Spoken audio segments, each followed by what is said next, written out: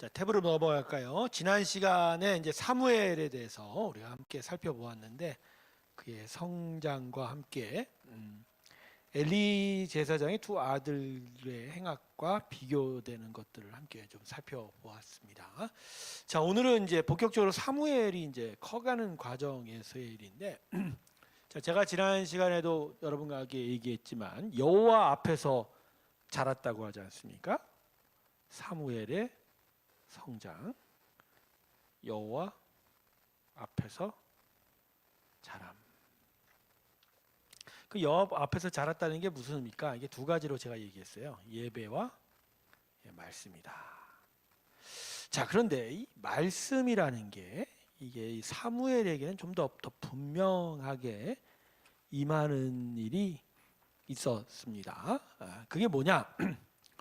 하나님의 음성을 듣는 훈련들이 시작이 된 거예요. 음성을 듣는 훈련이 된 거예요. 그러니까 율법을 기록으로 글자로 배우는 것과 더해서 하나님의 음성을 직접 듣는 훈련을 했었어요. 자, 그게 이제 사무엘상 3장에 나오는 일이죠. 3장에 1절부터 18절 사이의 일인데 어떤 일이 나옵니까? 하나님께서 어느 날 성막에 함께 기도하고 있었던 때에 하나님께서 밤에 사무엘을 향해서 직접 부르시죠. 사무엘아. 근데 사무엘이 처음에 이것을 어떻게 깨닫습니까? 예? 아니요, 사람의 음성을 깨닫죠. 그래서 저 멀리에 있는 엘리 제사장이 자기를 부른 줄 알고 가서 저를 부르셨습니까? 그죠? 그렇게 찾았죠. 그때는 엘리는 부르지 않았다고 그러죠. 그러고 나서 그 밤에 하나님께서 사무엘에게 몇 번이나 부르십니까? 네, 3번 반복해서 부릅니다. 자, 그때 엘리가 먼저 깨닫습니다. 지금 하나님이 사무엘에게 음성을 주고 계시구나. 내가 부르지 않고 하나님 부르신 것 같으니까 하나님께 집중하라고 얘기하시게 되죠. 그래서야 사무엘이 하나님의 음성을 이제 듣기 시작합니다. 깨닫기 시작을 하죠. 자, 이런 식으로 하나님께서 사무엘에게 임하신 거예요. 사무엘에게. 자, 여러분, 이렇게 하나님의 음성을 당신의 백성에게 주시는 일이 이 사무엘상 3장에는 선지자에게 임한 특별한 케이스인데, 여러분, 이게 하나님의 백성들에게 동일하게 임할까요? 안 임할까요? 임합니다. 동일해요. 똑같이 임하는 거예요. 똑같이 임하는 거예요. 자, 그러면 이 음성은 뭘까요? 이 음성은 오감으로 듣는 음성이 아닙니다. 오감으로 듣는 음성이 아니라 우리 뭐 감각으로 애써 말하면 영감이라고 그러는데, 영이 사니까, 영이 하나님을 분별하니까 그 하나님의 마음을 듣게 되는 거죠. 물론 특정한 목소리로 임하실 수도 있어요.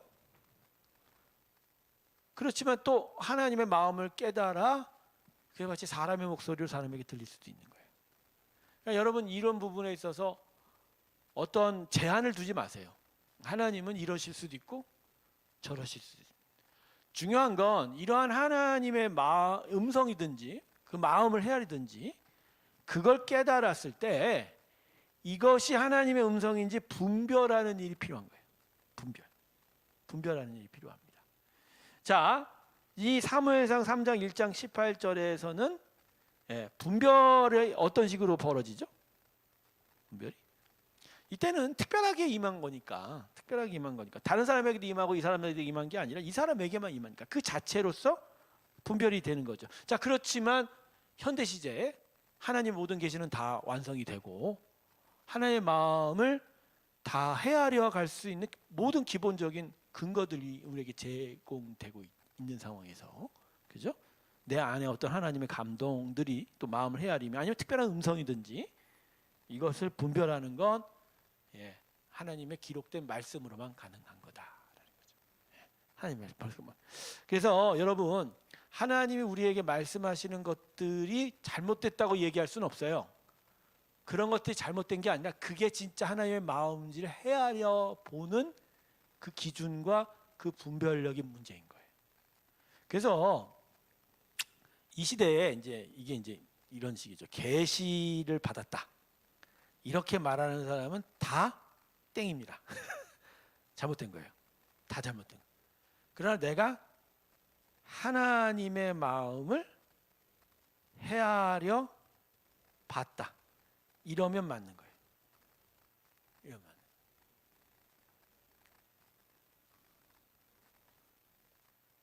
지금 무슨 얘기 하시는지를 예배실에 있는 사람들도 왔다 갔다 하고 있습니다. 왔다 갔다 하고 있습니다. 여러분, 사무엘 시대는 계시가 여전히 진행 중인 거예요.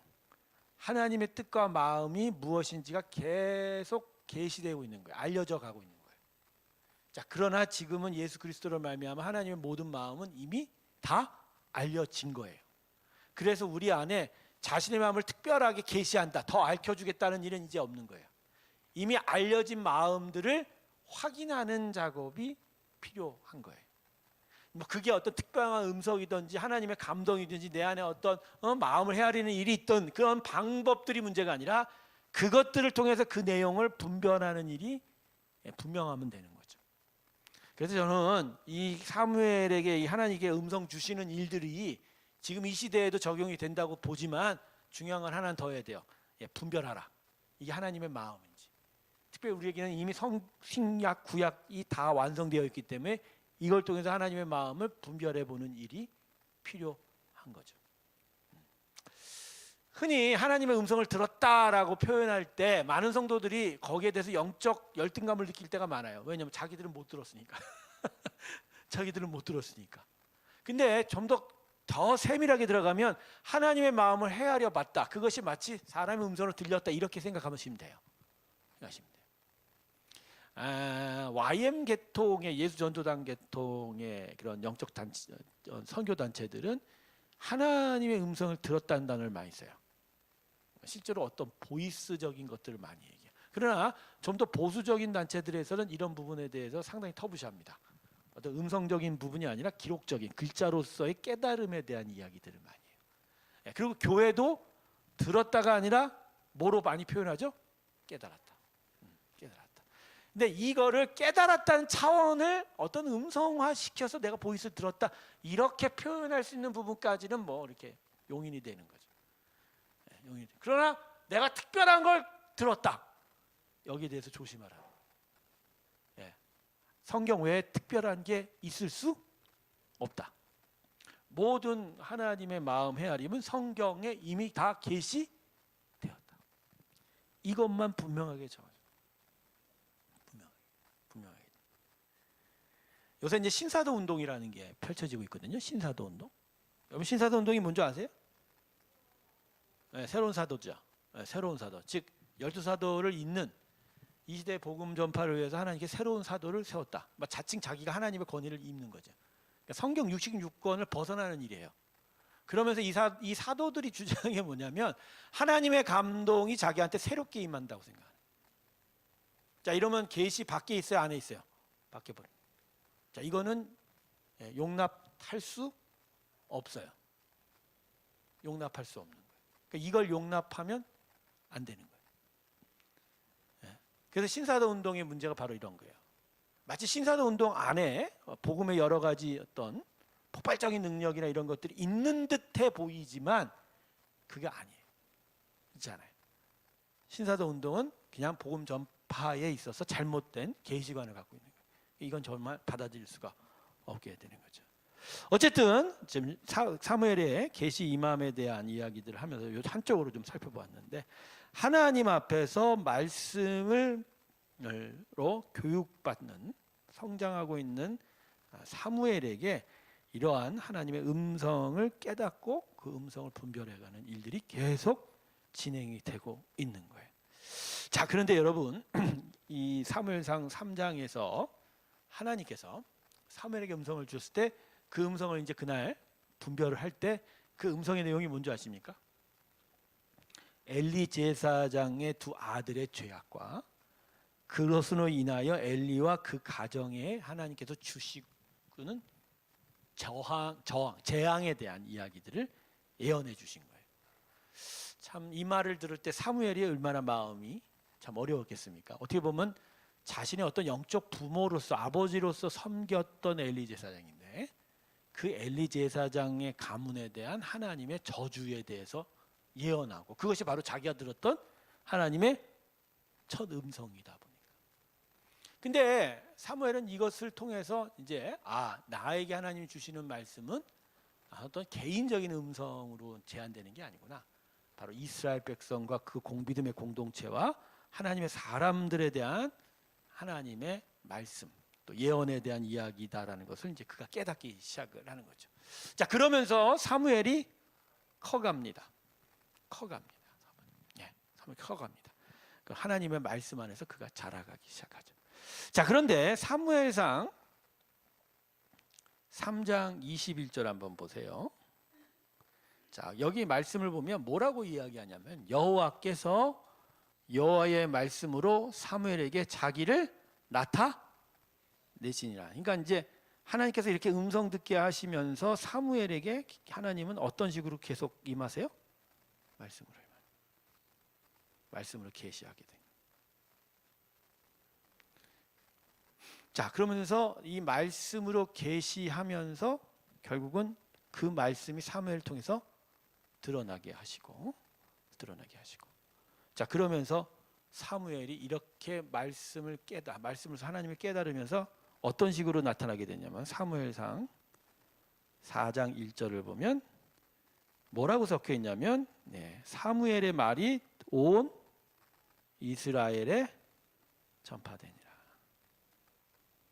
즉 하나님의 말씀의 계시가 사무엘을 통해서 이제 온 땅으로 퍼져가게 돼요. 자, 요 때가 바로 이제 사무엘이 선지자로서 이스라엘 공동체 위에 서가는 되게 됩니다. 근데 여러분, 이것이 이제 사무엘의 어떤 선지자 사역의 시작과 또 그 구체적인 내용에 대한 이야기지만 저는요, 이 부분이 우리 시대에 우리 하나님의 성도들에게도 적용이 된다고 저는 생각을 해요. 무슨 얘기냐?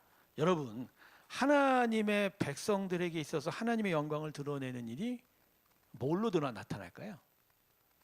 그냥 단순하게 그들의 선한 행동, 그들이 교회에서 사랑을 배우고 봉사를 배워서 세상을 향해서 양보하고 선행을 베푸는 그런 것들로? 사실은요, 하나님께서 당신의 백성을 이 땅에 세우실 때 빛과 소금이라고 하셨잖아요. 이 빛의 역할이 사실은 이게 말씀이라는 거예요. 하나님의 진리, 그것은 이제 빛이라고 하지 않습니까? 이 빛이 사람을 통해서 저 온 세상으로 퍼져가는 거예요. 그러니까 선지자들의 옛 구약의 선지 사역은 기본적으로 이 시대에 하나님의 백성들이 말씀대로 살아가는 그 삶을 통해서 동일하게 나타나게 되는 겁니다. 내가 하나님 말씀하셨어. 하나님 성경이 이렇게 얘기하셨어. 그 말씀대로 쫓아가고 따라가고 그것을 삶으로 살아가면서 세상이 하나님의 말씀이 이런 거구나. 하나님의 말씀대로 이렇게 살아가는구나. 이게 바로 하나님의 뜻이구나. 하나님의 마음이구나. 이걸 깨닫는 거예요. 결국 사무엘의 선지자가 하나님의 말씀을 전파하는 건 결국 이 사람 뭐예요? 하나님의 마음을 아는 거잖아요. 하나님의 본심을 깨닫는 거잖아요. 이 시대도 마찬가지예요. 세상이 하나님의 마음을 깨닫는 건요, 다른 게 아니에요. 믿는 자들이 말씀대로 살아갈 때, 그래서 그 안에서 하나님의 선하심과 공의가 드러날 때, 하나님을 깨달아가는 거죠. 그래서 저는 이 시대는 선지사역은요, 이전 구약의 선지사역은 일단의 어떤 선지자로서 끝난 게 아니고요, 하나님의 성도들로 인해서 계속 드러나고 있다. 할렐루야. 다 드러나고 있다. 계속 드러나고. 제가 여기서 좀 한 가지 좀 더 얘기 드리고 싶으면, 구약에는요 3가지 직분 사역이 있어요. 이게 첫 번째가 이제 선지자, 두 번째가 제사장, 세 번째가 왕입니다. 자, 그럼 제사장은 이제 예수의 십자가로 인해서 특정한 사람이 아니라 만인 제사장이 되었죠. 왕은요, 이것도 예수의 십자가를 통해서 예수 안에 있는 모든 성도들이 다 뭐가 되죠? 하나님의 왕 같은 제사장이 돼요. 자, 그러면 선지자는요? 이것도 마찬가지. 십자가와 하나님의 말씀을 통해서 모든 백성들이, 성도들이 다 선지자가 되는 겁니다. 자, 그래서 여러분 구약에 있는 이 세 가지 직분이 이제는 하나님의 십자가를 통해서 누구한테 다 들어왔다? 네, 우리에게 다 들어온 거예요. 그래서 우리 안에는 이 세 가지 직분들이 다 이루어져야 돼요. 하나님의 왕 같은 자가 돼야 돼요. 하나님께서 이 땅을 다스리고 통치할 다스림의 위임이 우리 성도들에게 이루어지죠. 그러니까 우리가 이 세상을 말씀으로 다스려야 해요. 또 제사장으로서 내 자신이 하나님을 온전히 예배함을 통해서 만민이 하나님께 예배하러 오는 일들이 나타나야 돼요. 그리고 마지막 지금 얘기했던 선지자, 내가 말씀을 살아내므로 이 세상이 하나님의 말씀을 깨달아가는 일들이 나타나게 되어야 한다. 그리고 보면 여러분이 구약을 읽다 보면요, 구약에 있는 특정한 일들을 신약 시대에 이런 특정한 일들이 지금도 있을까라고 막 생각하는 경우가 있는데 그게 대부분 예수 그리스도의 십자가 안에서 모든 성도에게 다 적용이 되는 거예요. 근데 이상하게 이전의 구약의 직분들을 지금도 일부 직분들이 막 가지고 있는 식으로 해석하는 경우가 참 많거든요. 이게 예수 그리스도의 구원의 의미를 제대로 깨닫지 못하면 이런 일들이 벌어져요. 여러분 예수 그리스도 안에서 모든 율법은 다 이루어졌습니다. 할렐루야. 구약의 말씀 자체가 다 이루어진 거예요. 그런 어떤 의식법 자체가 아니라 구약의 의미 하나하나가 예수 그리스도의 안에서 이루어지고 그리스도 안에 있는 백성에게 다 적용이 돼요. 그래서 이제 가령 이제 목사들을 보면 막 어떤 뭐랄까 구약의 선지자 같이 구약의 막 유명한 제사장 같이 막 여기는 경우가 있는데 여러분 그렇지 않아요. 목사는요 종교 개혁이 만든 교회법의 산물이에요. 물론 그 안에는 목자라고 하는 하나님이 이제 거룩한 교회에 세운 특정한 어떤 사역의 그 정신을 이어받지. 그러나 목사라고 하는 직분 자체는 교회법 안에 있는 거지. 성경이 말하는 직분 제도가 아니에요. 근데 이러한 정신들을 깨닫기 시작하면 목사가 귀한 것이기도 하지만 아무것도 아닌 것이 돼요. 그게 사실은 성경이 가르치는 하나님의 직분의 의미입니다. 장로나 뭐 안수 집사나 또는 목사나 아니면 한국적인 특별 상황에서 권사나 특별한 것이기도 하지만 아무것도 아니에요. 그 자체가 어떤 특별한 권한을 가진 게 아니라 하나님의 특별한 일들을 하는 것이지 하나님의 권세 안에서는 모든 것이 다 평등하다. 근데 이게 구약적인 사고로 마치 특수한 일들이 특별하게만 누구한테 부여된 듯하게 집중하기 시작하면 목사가 마치 구약 안에서 특별한 제사장과 같은 일이 되면서 거기에 무슨 하나님의 권위만 있고 거기 안에 하나님의 권세가 있는 식으로 나타나기 시작합니다. 저는요 예전부터 영권 물권하는 소리 듣는 게 제일 싫었어요. 예전에도 제가 이제 미국에서 공부할 때도 지금도 유명한 목사님이 여기 와 있어요. 근데 이제 목사님의 사모님들이 목사의 영권 물권을 위해서 기도해야 된다. 그래서 그 얘기 듣고서 목사가 영권하고 물권이 뭐가 있지? 뭐가 있을까요? 없어요. 그런 어떤 구약 배경 안에서의 어떤 샤머니적 배경, 무당론 같은 것들을 계속 주장하는 사람들이 있거든요. 여러분 목사에게 영권이 물권이 있으면 모든 성도에게도 영권 물권이 있습니다. 그러니까 이런 개념 자체가 구약적 개념이라는 거예요. 그러니까 예수 그리스도를 넘어서지를 못하는 개념이에요. 그리스도 안에 있는 자에게는 모든 것들이 다 하나님의 은혜 안에서 다 모든 것들이 허용된 거예요. 하나님께서 이 그리스도 안에서 모든 걸 해결하셨고 그리스도 안에 있는 자에게 그 모든 걸 다 주신 거예요. 그래서 여러분 진짜 영권 물권하면 성도들도 있는 거예요. 여러분 이 부분을 잘 이해하시기를 주님의 이름으로 축원합니다. 저희 이런 구약적인 생각에 너무 몰입하시면 안 돼요.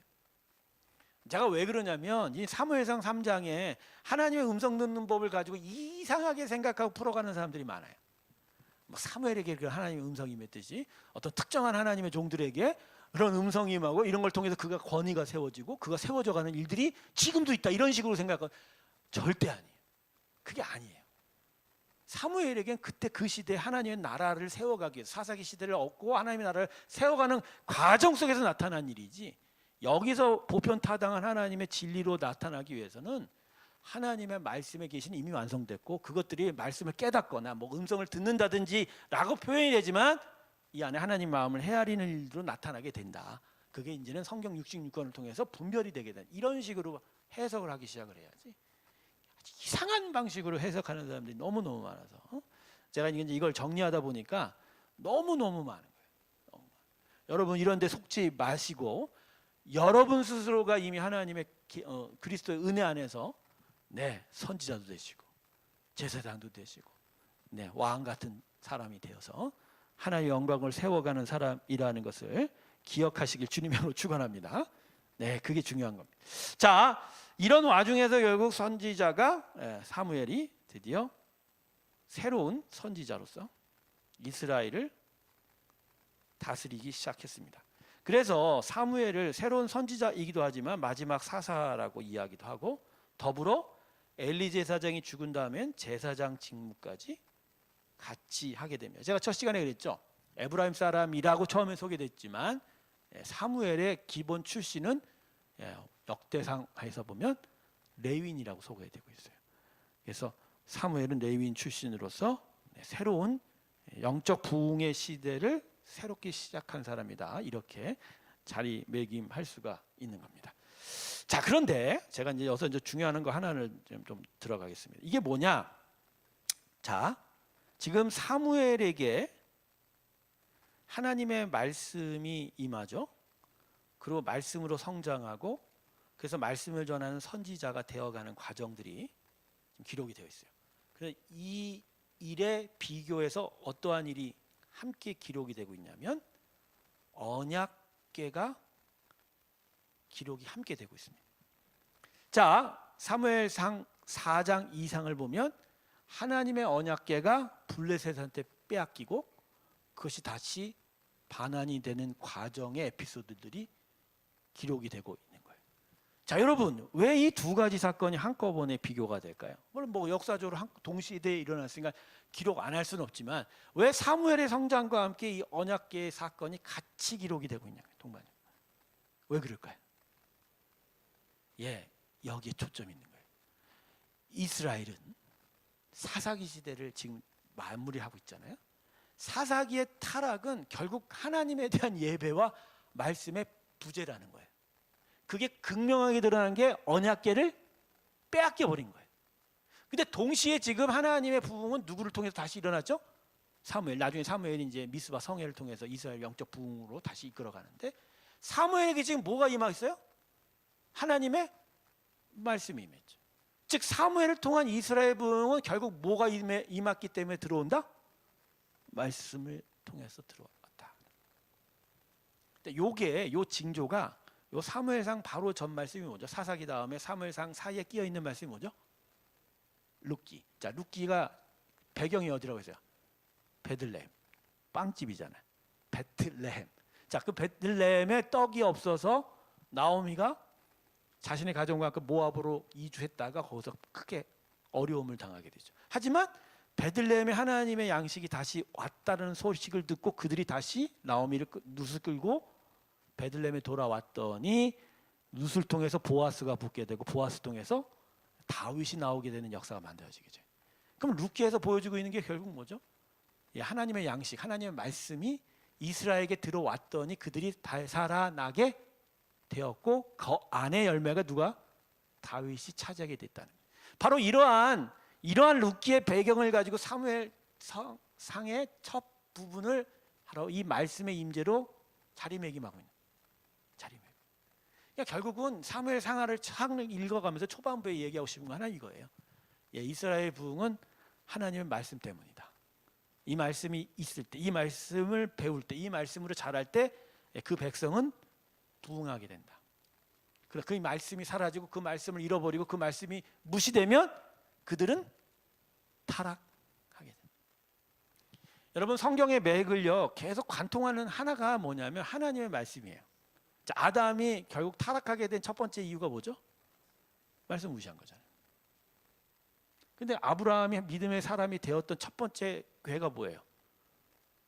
말씀이잖아요. 음성이 들리고 내가 지시할 땅으로 네가 가라 했을 때 그 말씀에 순종했더니 거기서부터 하나님의 바로 이런 부분이에요. 성경 이런 맥감. 사무엘서도 그 맥을 따라가고. 그래서 여러분이 언약궤는요, 그냥 뭐 성물을 뭐 가지고 갔더니 뭐 그죠? 뭐 하나님께서 저주를 내리시고 이런 어떤 샤머니즘적인 걸로 보는 게 아니라 하나님의 말씀이 사라진 땅에 결코 어떠한 선한 것도 나타날 수 없다라고. 그러니까 그만큼 언약궤를 빼앗기는 과정에서 이스라엘 백성들이 얼마나 하나님의 말씀을 무시했냐라는 것이 도드라지게 드러나고. 자, 언약궤 빼앗긴 일들 좀 다시 한번 살펴보죠. 언약궤 왜 빼앗겼죠? 언약궤가 어디로 나갔어요? 자, 홈리와 비느하스로 인해서 전쟁터로 나갔죠. 엘리의 두 제사장들이 블레셋이 공격을 하자 언약궤를 끌고 나갔습니다. 근데 언약궤를 끌고 나간 이유가 뭐죠? 이기려고 끌고 나갔죠. 자, 그러면 제가 퀴즈. 이스라엘 사람들은 언약궤를 전쟁터에 이전에도 끌고 나갔다, 안 끌고 나갔다? 끌고 나왔어요. 자, 대표적인 게 뭐죠? 여리고성을 돌 때 언약궤가 같이 있었을까, 아니면 있었을까? 있었어요. 언약궤를 앞으로 세우고 뒤에 나팔을 불었고 백성들은 칼을 쥐고서 여리고성을 돌았지 않습니까? 그러니까 언약궤가 전쟁터 나간 거는 사실 그렇게 큰 탓을 하면 안 돼요. 그러니까 홈리와 비느하스도 본 게 있으니까 이방들과 싸울 때 하나님의 언약궤를 끌고 가서 이기게 해달라고 하는 마음까지는 괜찮아요. 중요한 건 뭐냐? 중요한 건 뭐냐? 언약궤를 끌고 가는 그들의 마음이 진심이 아닌 거죠. 자, 여러분, 언약궤를 끌고 갔다는 건 뭐예요? 하나님을 정말 신뢰하는 거 아닙니까? 하나님의 능력과 하나님의 승리를 정말 의지하는 거 아닙니까? 자, 그렇게는 홈리와 비느하스의 일상의 행동이 그 진심을 증거합니까, 안 합니까? 아니요. 제가 지난 시간에 했잖아요. 홈리와 비느하스가 제사 드리는 제물 앞에서 뭘 원했다고요? 생고기 원했잖아요. 생고기. 육회를 원했다고. 근데 그게 문제가 뭐라고 했어요? 피는 생명인데 그 하나님 건데 그들이 그 피를 취한 거잖아요. 즉 하나님을 무시한 거예요. 그리고 음란해서 성막에서 수종드는 여인들과 동침하는 일까지 벌어지니까 거룩함이 없은 타락한 사람들이에요. 근데 이런 타락한 사람들이 봉건이 있어갖고 언약궤를 가지고 나간다고 해서 그 언약궤로 인해서 승리를 할까요? 자, 여러분, 지금 홈리와 비느하스에게 있어서 가장 중요한 게 뭐죠? 언약궤는 마치 하나님이다, 이렇게 생각하는 경우가 있다는 거죠. 하나님은 여기에 대해서 아니다라고 얘기하시고, 여러분, 언약궤는 하나님의 상징일 뿐이지 하나님이 아니에요. 즉 언약궤가 전쟁터에 가면서 하나님이 그들과 함께 하시는 일들을 눈으로 보여줄 뿐이지 언약궤에 있다고 마치 자기가 하나님과 같이 있다 생각하면 돼요, 안 돼요? 홈리와 비느하스의 문제가 뭐예요? 진짜 하나님의 동행을 이루지 못한 채 그 심볼로 하나님을 대체해버린 거예요. 여기에 하나님이 어떻게 해요? 꼬당 철퇴를 내려오시죠. 결국 홈리와 비느하스가 이 전쟁터에서 죽잖아요. 이 소식을 들은 엘리 제사장은 어떻게 죽습니까? 놀래갖고 머리 뒤로 넘어졌는데 목이 꺾여 죽였어요. 그거 끝나지 않죠. 비느하스의 아내는 임신 중에 출산 중에 죽고 그 낳은 아들의 이름 뭐라고 부릅니까? 이가봇. 근데 이가봇의 의미가 뭐예요? 하나님의 영광이 없다. 야, 이름을 이렇게도 질 수 있나요? 이름이 하나님의 영광이 없다. 이가봇. 그 사람의 인생이 얼마나 앞으로 그 아이의 인생이 어땠을까라도 한번 생각해 보게 되는데, 여러분, 이러한 저주들은 엘리 두 제사장과 교육시키지 못했던, 제대로 교육시키지 못했던 엘리에 대한 하나님의 책망이기도 하지만 전체적으로 보면 이스라엘 전체에 대한 이야기예요. 너희들은 나를 원한 게 아니야. 나를 통해서 너희의 번역을 원했지 나를 진심으로 사랑하고 섬기고 나를 하나님으로 섬긴 게 결코 아닌 거예요. 이스라엘이 이거를 알았어요. 깨달았어야 돼요. 그런데 사무엘은 다르죠. 하나님의 음성이라는 게 결국 뭐죠? 하나님의 마음인 거죠. 그 사무엘이 계속 말씀으로 배워왔고 말씀의 음성을 들었다는 건 그 음성을 받은 게 중요한 게 아니라 거기서 하나님의 뜻을 깨닫고 하나님 뜻대로 행할 것을 알고 하나님을 높여가는 마음들을 계속 가졌다는 거죠. 그러니까 사무엘은 하나님을 자기 마음에 모신 거고 다른 이스라엘 백성, 특별히 홈리와 비누아스는 진심으로 하나님을 섬기지 않은, 이 두 개가 지금 비교가 되고 있는 거예요. 제가 지난 설교 때도 우리 성도들한테 신앙생활에서 중요한 초점 중에 하나가 진심이라고 얘기했잖아요. 진심말입니다. 로마서 10장 9절과 10절 말씀에 제가 뭐라 했어요? 마음으로 믿어 의에 이르고 입으로 시인하여 구원에 이른다고 했는데 그 마음으로 믿는다는 단어가 그게 그냥 나 하나님 알아요, 하나님 나의 하나님이야, 이렇게 되지 않는다라고. 로마서 10장 9절 말씀에 예수를 주로 시인하며 예수를 부활 가운데 다시 살리신 하나님을 믿는 믿음이 있어야 된다는 것을 이야기하죠. 그래서 여러분 진짜 믿음은 진심이어야 돼요. 여기 신명기 6장 말씀에 있잖아요. 들어라 쉐마, 너의 하나님을 진심으로 사랑하고 마음을 다하여 뜻을 다하여 힘을 다하여 사랑하라고 하는 그 율법의 정신은 바로 이 진심에 대한 행위의 안전함이 구원이 아닙니다. 믿음은 행위의 안전함이 아니죠, 진심인 거예요. 진심. 그러니까 그 맥도 이 가운데 계속 들어와 있는. 여러분 진심으로 하나님을 섬기시기를 주님의 이름으로 축원합니다. 진짜 하나님은 우리 하나님.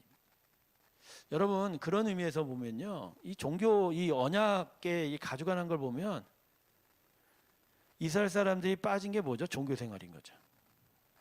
진짜 하나님의 진리의 백성, 그 인생을 살지 못한 거죠. 종교 생활이라는 게 결국 뭐죠? 복이죠. 이 복을 위해서 하나님과 거래하는 거죠. 내가 하나님을 예배할 테니까 복을 나한테 줘라, 이런 얘기잖아요. 근데 아니에요. 하나님과 하나님의 백성은 그런 관계가 아니에요. 하나님은 백성을 백성으로 삼아 책임지고 백성은 하나님을 온전히 예배하는 거예요. 주고받는 게 없어요.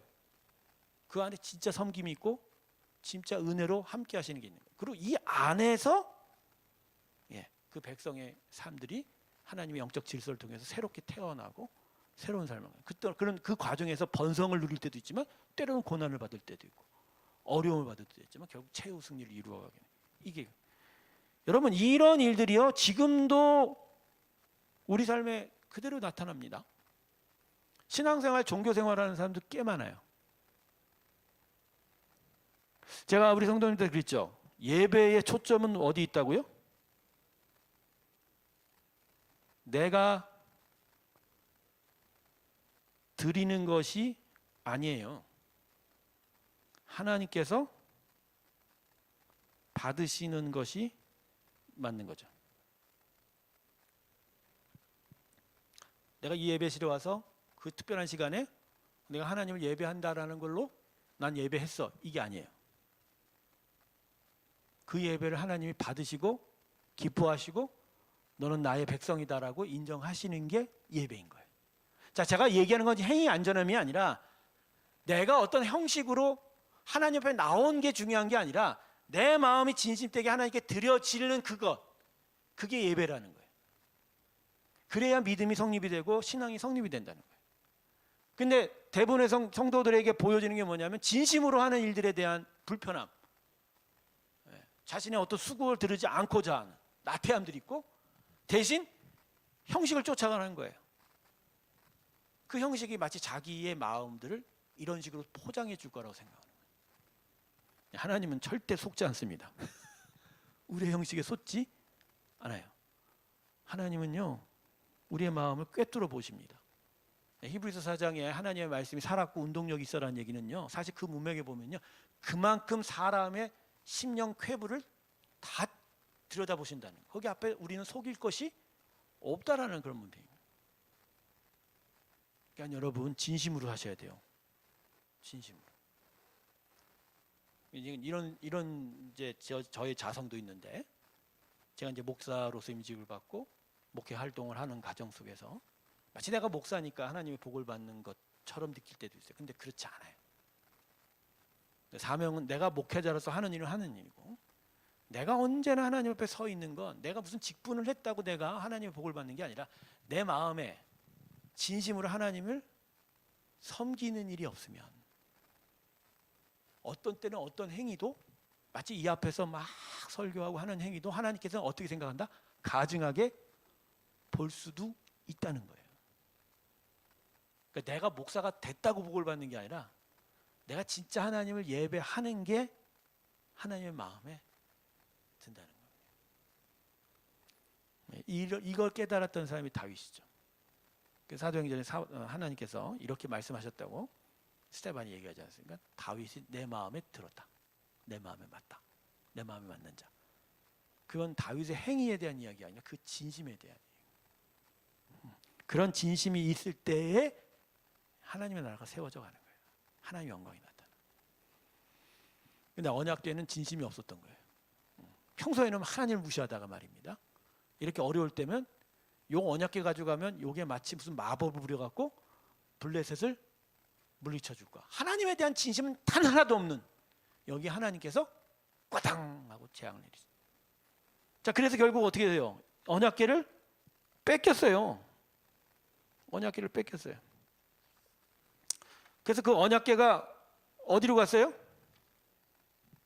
언약궤가 어디로 갔습니까?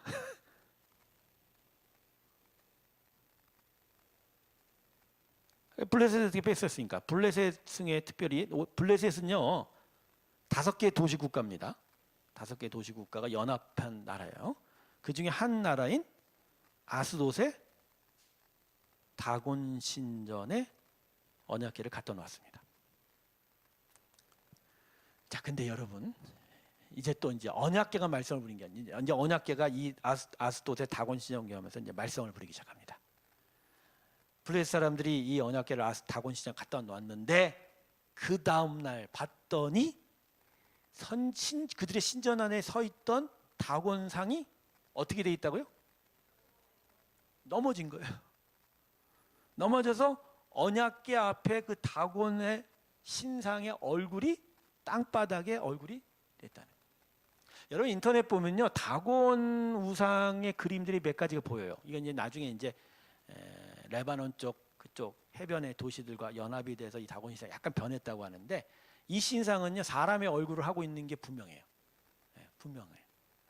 근데 이게 그날 밤에 쓰러져 갖고 언약궤 앞에 버렸다. 이게 결국 무슨 의미죠? 하나님의 권세 앞에 그 어떤 것도 자기가 신이라고 주장할 수 없는 거죠. 오히려 무릎을 꿇었다라는 거죠. 사실은 다곤이 있어요, 없어요? 우상이 없죠.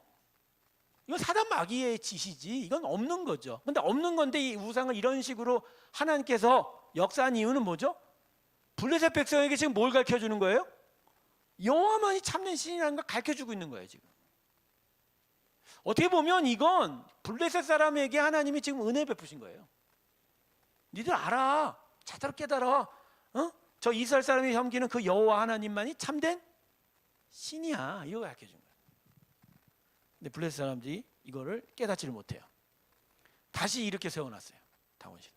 근데 그날 밤 다시 그 다음 날 지났더니 어떻게 되죠? 이번에는 아예 잘라져요. 머리와 두 손이 끊겨지고 뭐만 남았다고요? 몸뚱이만 남았다. 그리고 동시에 사람들에게도 악영향이 나타납니다. 몸에 종기가 나는 전염병이 아스돗에 퍼지게 되었어요. 이제서야 블레셋 사람들이 압니다. 이건 뭐 때문이다? 저 언약궤 때문이다. 근데 이들이 언약궤 안에 함께 하시는 하나님의 은혜와 권세를 인정하기보단 언약궤라고 하는 어떤 물건에 담긴 신성, 이건 어떤 우상적인 어떤 그런 신성에 대해서만 생각하고 있는 거예요. 그러니까 깨닫지를 못하는 거예요, 하나님의 역사. 자, 그래서 아스돗의 다곤 신전에 있었던 이 언약궤가 그 다음에 어디로 갑니까? 가드로 갑니다. 아까도 얘기했죠. 블레셋 도시가 몇 개라고요? 5개니까. 다른 데다가 넘겨버리는 거야. 야, 니네가 해봐. 근데 가드에도 갔더니 똑같이 일이 벌어집니다. 노인네 아이 상관없이 종기가 퍼지게 되죠. 그래서 이걸 또 어디로 보냅니까? 에그론으로 보입니다. 에그론. 여기서 어떤 일이 발생했죠? 똑같아진 거예요. 그러자 블레셋 리더들이 드디어 판단합니다. 어떻게? 이거 우리가 갖고 있으면 된다, 안 된다? 안 된다. 이거 되돌려 보내자. 이때 7달을 블레셋에 있었다고 합니다. 자, 7달을. 그래서 이제 보내는데 아마도 이스라엘 사람들의 제사 문화를 아는 사람도 있었나 봐요. 그냥 보내면 안 된다. 우리에게 임한 저항을 끊어버리려면 특별한 걸 하나 해야 된다. 그래서 그들이 뭘 했어요? 속건제를 드립니다. 야, 세상에 이스라엘 사람들은 무시하고 있는 속건제를 블레셋 사람들이 챙깁니다. 여러분, 때로는 세상 사람이 하나님의 사람들보다 날 때가 있어요. 어떨 때? 우리가 하나님에 대해서 무지할 때. 외양은 우리가 하나님을 섬긴다고 하지만 외려 하나님 믿지 않는 세상 사람이 훨씬 더 나아 보일 때가 있어요. 이거 진짜 창피한 일이에요. 이 블레셋 사람들이 이 언약궤를 이스라엘 백성에 돌리는데 속건 제사를 드리고 있어요. 속건 제사. 속건 제사가 뭔지 아세요? 누구한테 피해를 주면 피해에 대한 보상도 같이 하나님께 바치는 게 속건제예요. 이걸 이 사람들이 알고 있다는 것이 대단한 거 아닙니까? 그래서 언약궤를 보낼 때 이들이 속건 제물로 뭘 갖다 보내요? 독한 종기 모양의 한 5개의 형상과 쥐 형상 5개를 금덩어리를 만듭니다. 그래서 금덩어리 10개를 만들어 갖고 언약궤가 있는 그 위에다 갖다 얹어 놓고 이걸 보내게 돼요. 자, 그래서 에그론에 임했던 이 언약궤가 속건 제물과 함께 어디로 갑니까? 베세메스로 갑니다. 자, 베세메스로 갈 때 소 몇 마리에 태웁니까? 네, 2마리인데 이 2마리는 암소개요, 숫소개요? 암소입니다. 그리고 암소가 처음 출생한 애기 소들도 같이 따라가는데, 근데 중요한 건 이 암소가 한 번도 멍에 매어 보지 않은 소였다고 합니다. 이유가 뭘까요? 이유가 뭘까요? 이때 베세메스로 이 언약궤를 보내는데 이 블레셋 리더들이 우리에게 퍼진 종기가 이게 하나님의 것인지 아닌지를 분별해 보고 싶은 거예요. 그래서 한 번도 멍에 매져 보지 않는 이 소가 그대로 베세메스로 가면 이건 하나님의 뭐라? 역사다. 그리고 만일 딴 데로 가면 그냥 우연히 종기가 전염병이 나타났다기 판단하고 싶은 거예요. 그러다 보니까 멍에를 매지 않았다는 건 뭐예요? 어떤 경험이 없었다는 거잖아요. 그러니까 어떤 선택에 의해서도 그러니까 그 어떤 조건의 변수가 걸리지 않는다는 얘기죠. 결국 베세메스로 이 암소 2마리의 언약궤를 보냈는데 결국 이 소들은 어떻게 하고 합니까? 베세메스로 곧장 가게 됩니다. 그래서 블레셋 사람들에게 하나님이 언약궤를 통해서 우리에게 경고하셨다. 이걸 이제 깨닫게 됩니다. 자, 이래서 이제 베세메스 돌아오면서 다시 이스라엘 사람에게 언약궤가 반환이 됐지요.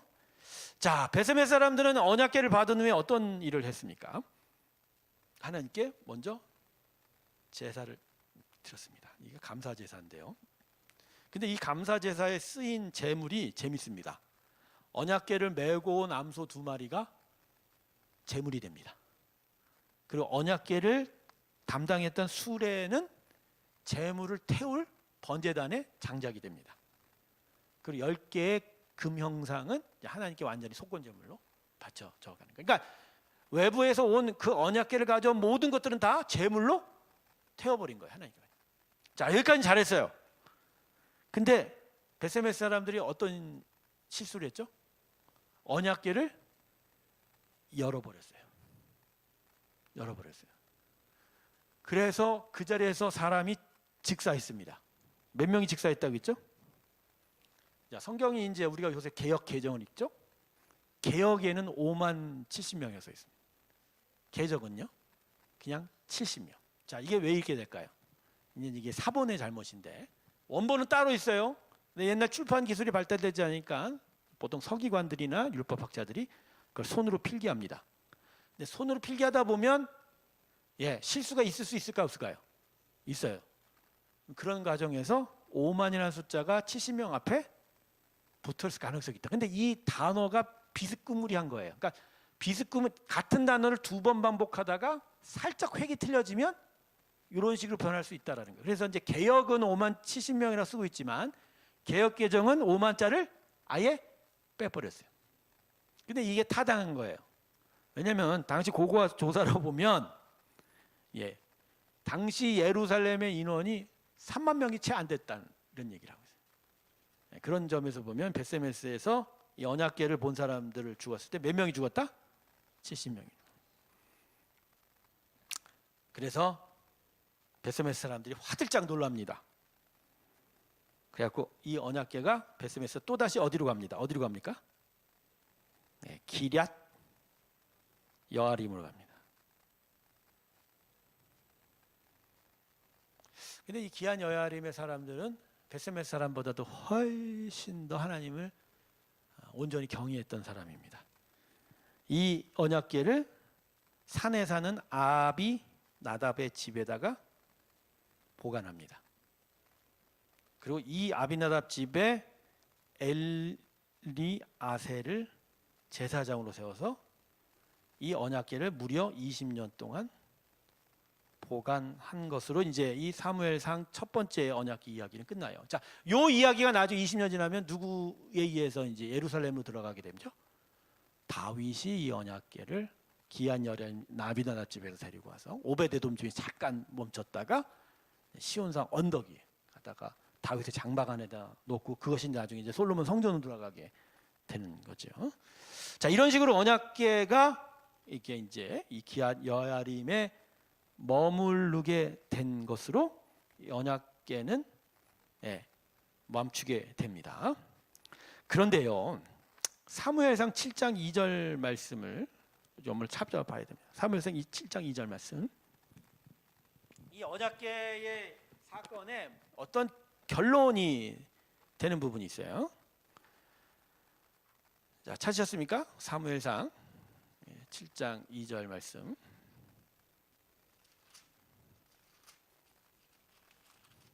자, 1절부터 읽어드릴게요.